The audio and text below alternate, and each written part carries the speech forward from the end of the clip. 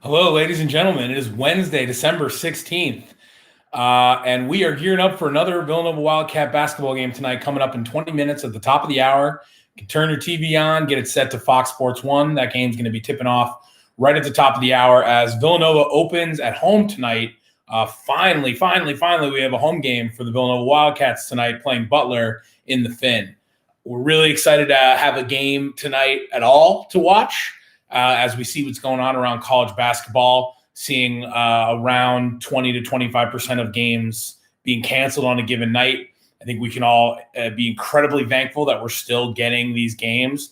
As we'll talk about a little bit throughout tonight, incredibly thankful that Villanova's still playing basketball. The program is still thriving. Everybody's staying safe. Everybody's staying healthy. And it's really this sort of next man up mentality as far as what the schedule looks like. But we're going to get into all that in a second. We're going to bounce around, check in on some of the storylines around college basketball, and particularly the top 25.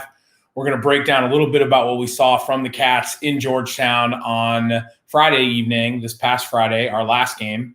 And then we're going to talk a little bit about the Big East. We got the full schedule released the other day between our last show and tonight. So got a couple fun things to look at on that calendar.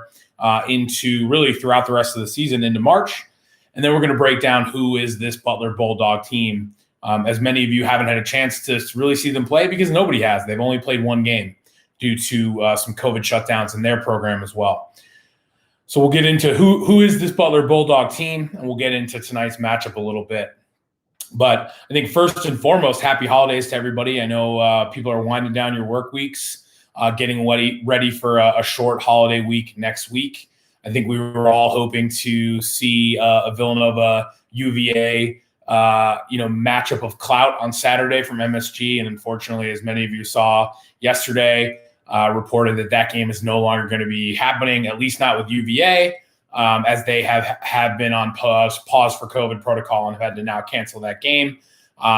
There's hopes that we might be able to replace them with another opponent. Doesn't look like we're going to have any such luck at this point. If you're keeping track on Twitter, it looks like no power conference teams are available. So it's very unlikely that the Cats travel up to Madison Square Garden for the game. Wouldn't be surprised to see them add another non-Power 5 conference opponent just to get another game in because they're available. They've got the time and would love to get another game on the calendar on Saturday. But just looking around college basketball, what are we seeing? Unfortunately, nothing new from the top two programs, Gonzaga or Baylor, as they've both been experiencing pauses due to COVID. Really, again, unfortunate that we see it taking its toll anywhere in college basketball, let alone at the very top, with both of these teams looking super legit early. We want to be seeing them play as much basketball as possible. Unfortunately, haven't been able to over the last week or two. Iowa, sitting there at number 3, is pretty much looking like the Monstars from Space Jam at this point. They're hanging 100 and I think most of their games they've hung 100 points or more.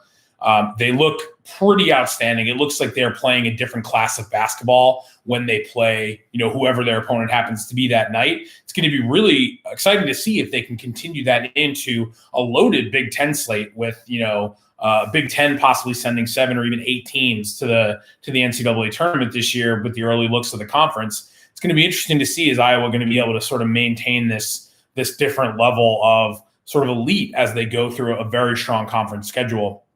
And wouldn't you know it, instead of Villanova UVA on Saturday, you can now sidetrack and spend all your attention on hopefully still getting this Gonzaga-Iowa matchup, which is slated to tip off at noon Eastern on Saturday. This is the single game between now and the end of the year that I'm most excited about. I think I might have seen on Twitter just before we went live that I think Kentucky might be playing I don't know. I don't even know if it was Duke or UNC, but somebody helped me out.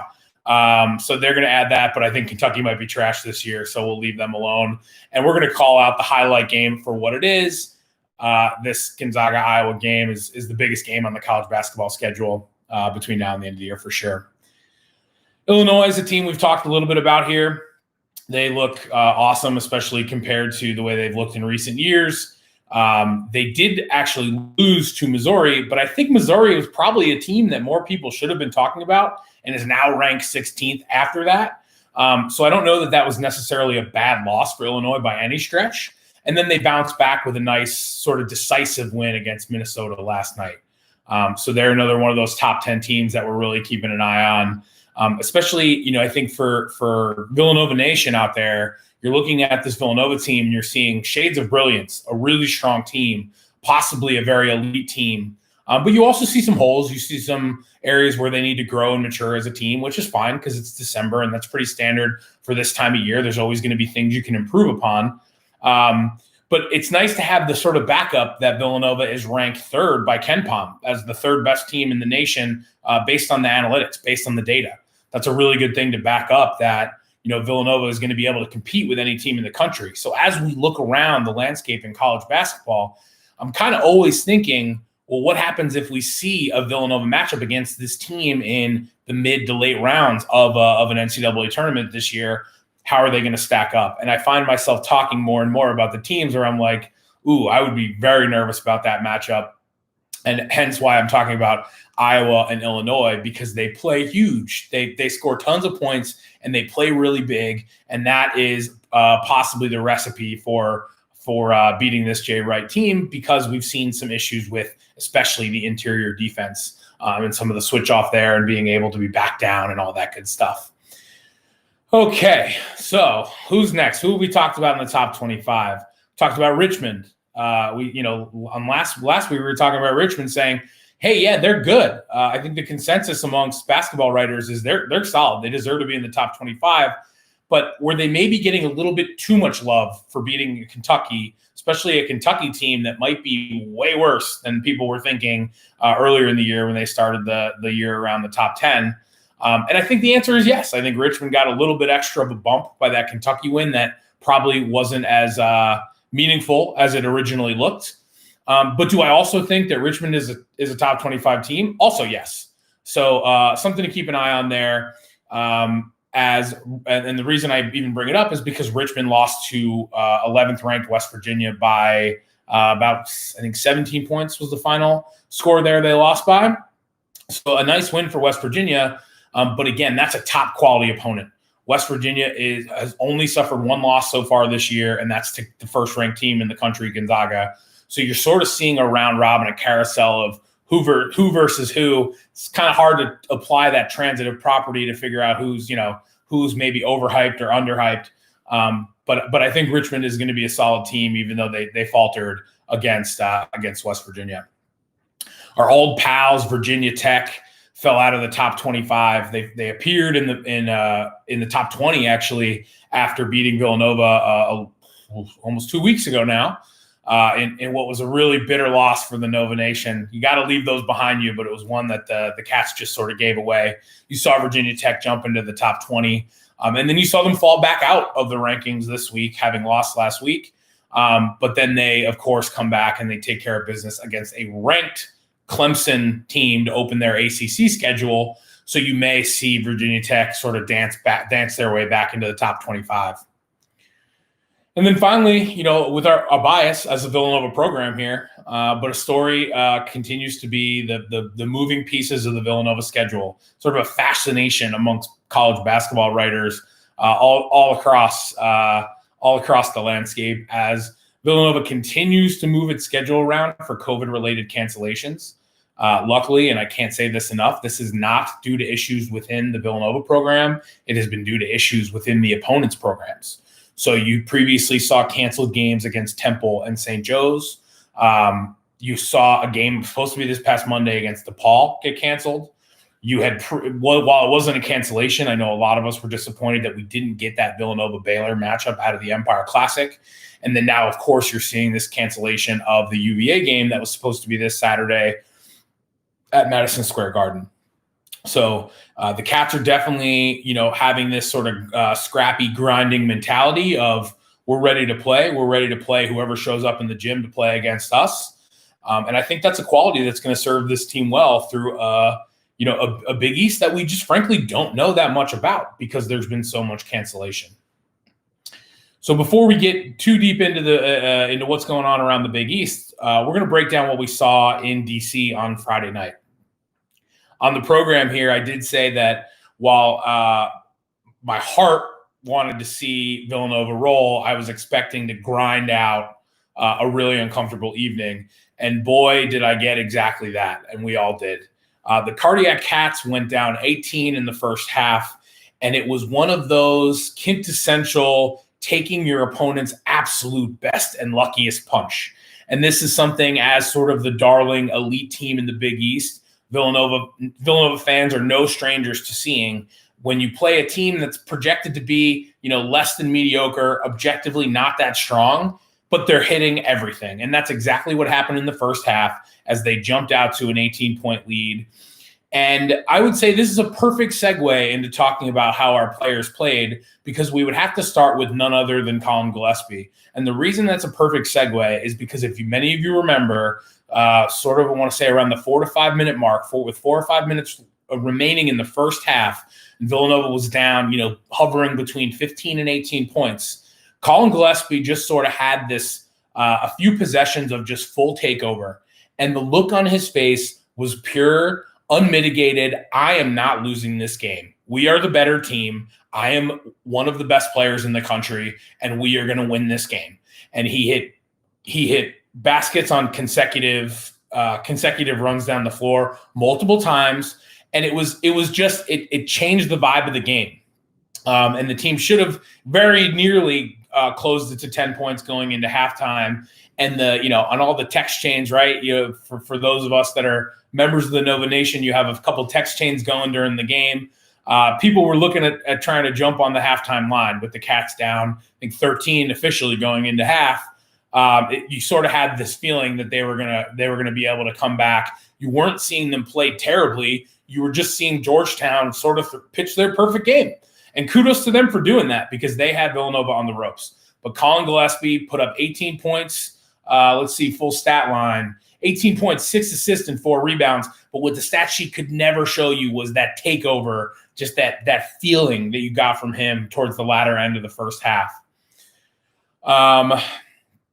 Caleb Daniels. Oh, man, we've been on the Caleb Daniels appreciation train for a while here, since before the season started. Have looked for him to come in and be a difference maker, especially with the style player that he was at Tulane before he transferred. He's the guy that could come over and take over a game. And his 18 points, you can largely attribute to the full comeback that Villanova was able to achieve against Georgetown as well. He put up 18 points, and he was just hitting clutch shots from all over the floor, doing a lot of damage from three to bring the Cats all the way back. And then just in breaking down the stat sheet, really not a whole lot else remarkable jumps out from the box score from the Georgetown game. I think if we were to just say a quick note on Jermaine Samuels, the man needs all of our love and support at this time, because he looks like Austin Powers lost his mojo. He's playing that shaky, non-confident basketball where teams aren't even really, they were sort of ignoring him, leaving him alone at the 3-point line, where he would have a wide open three, and you could tell he would think about shoot it, and then he would bail out. It was a total lack of confidence. And then the few times that he would shoot it, it was so tentative, and he was throwing up bricks. And you really just hate to see that from somebody we expected to be a senior leader on this team. And you can only hope that Coach Wright, practicing the ultimate mentor of attitude, can help bring him back. We've seen this from Jermaine over the course of his career at Villanova, where he's sort of been streaky and then gone very cold and been quite a liability. Also, ironically worth noting that he had a really solid drive and dunk. That was one of the highlights from the game. So sort of, I think, masked by the fact that they ended up winning the game. Otherwise, I think this probably would have been a lot larger story. But if you look around, from the Villanova Twitter sphere, it's clear that Jermaine's having some trouble. So he needs our love and support, not our jeers, and hopefully we can get him back on track. So we've got about 6 minutes left to tip off, and I want to get into this Butler team and into the matchup tonight. Before I do that, we'll talk a little bit about the Big East, although we've kind of covered most of the topics already.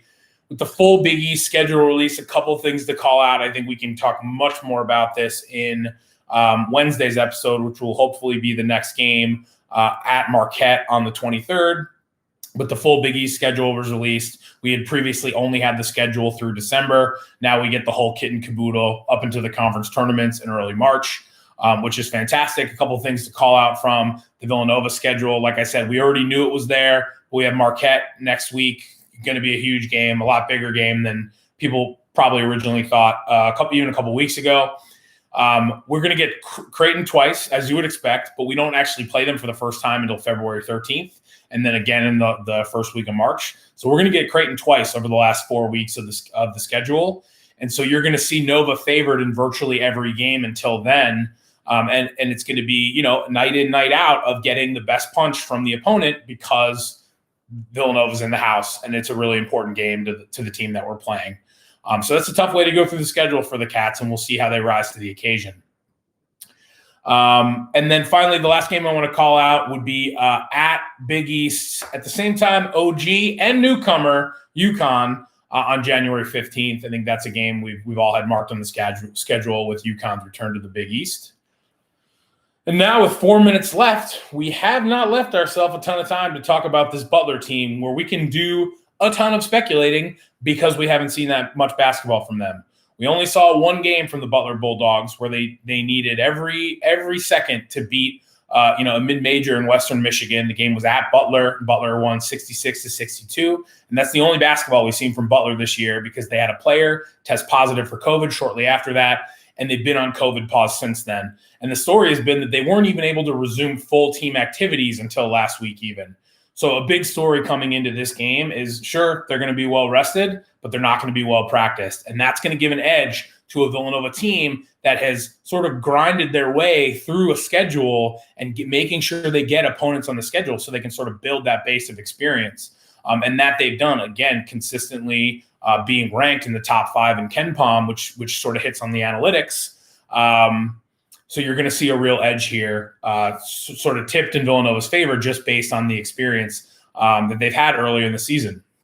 So Butler did graduate 2 key starters in Kamar Baldwin and Sean McDermott, as well as 3 depth players. So they desperately needed these early games to sort of figure out their rotation with objectively a very strong, one of their best freshman classes in recent history coming in. They needed these games to figure out this rotation, and they haven't gotten it.